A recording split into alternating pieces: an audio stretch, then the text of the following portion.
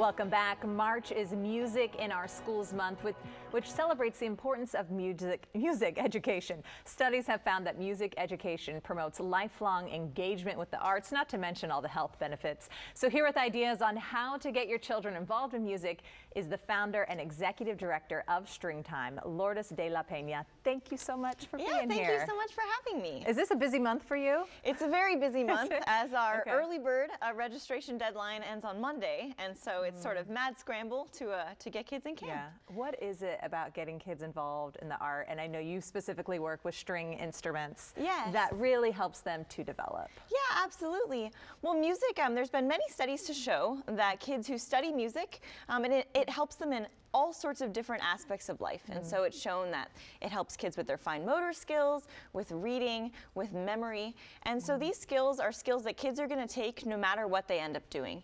And so a lot of times when people think about, whether or not their kid should play an instrument, the end goal isn't always to be a professional musician. I mean, I'm a professional musician. Yes. I love it, but You're I understand. A fantastic musician. I understand that the world needs all sorts of professions, but the idea is that we have doctors and dentists and people who love the arts and live life to the fullest, because as we all know, we're here for a short time and then we move on. And so the idea of experiencing beauty in this way is very powerful to teach kids at a young age. Is it important to get them to someone who knows what they're doing to have that proper technique from the beginning? Can you kind of like mess up their training if you don't have proper technique to start off with? I mean, unfortunately, that is just kind of how studying an instrument works. Okay.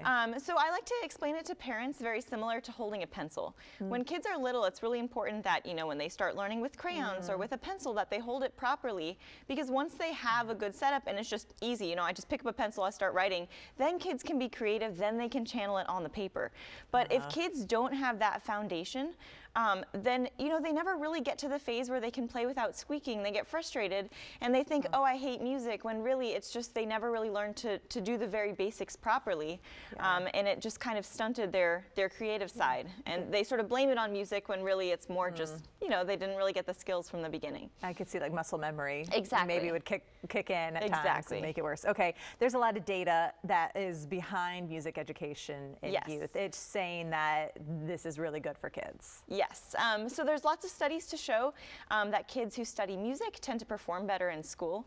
And I mean, I've noticed even just with my private students that the memory that you develop from kids, it gives them skills to memorize all sorts of things besides music. So it's not just how the pitches sound, but kids, there's a visual component, learning how the notes are configured on the page. There's sort of the oral component of how things sound, and then there's also just a strategy, like I have to show up to camp tomorrow and this has to be learned, and so kids, you got 10 minutes to work on something, and so that's an important skill no matter what you do in life. You will use that, and I can think of so many scenarios where you would use that.